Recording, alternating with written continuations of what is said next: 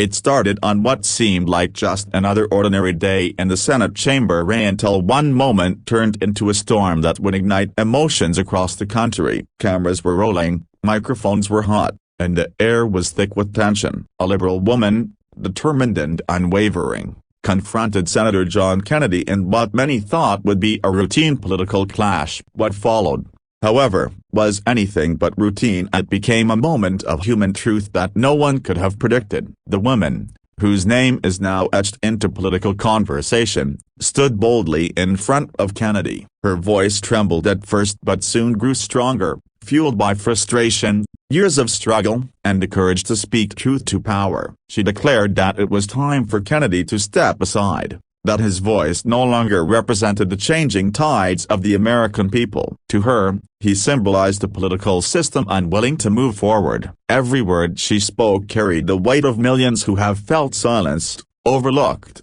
or dismissed. The chamber fell into a heavy silence. Supporters of Kennedy braced for him to fire back, expecting his trademark sharp wit, his unshakable resolve, and perhaps even anger. But what happened next shocked everyone. Kennedy didn't argue. He didn't interrupt. Instead, he listened. His eyes, tired yet steady, fixed on her with a calmness that disarmed the entire room. And then, in a voice softer than usual, Kennedy admitted something no one saw coming. He acknowledged that the world was changing faster than most in Washington could keep up with. He confessed that while he had fought hard for his principles, he, too, had moments of doubt about whether politics had become more about the fight than the people. In that instant, he wasn't just a senator, he was a man willing to let his guard down and be vulnerable in front of the nation.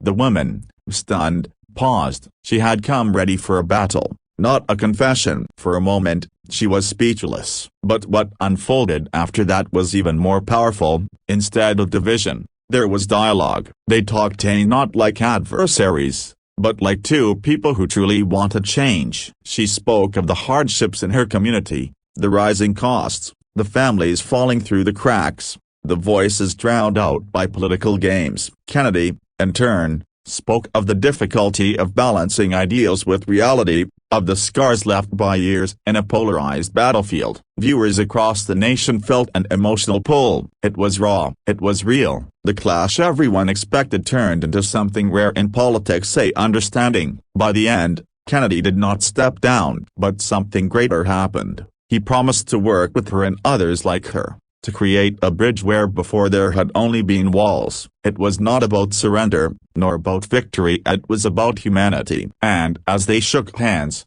many watching felt tears welling up, not because one side had won, but because, for once, it felt like America had.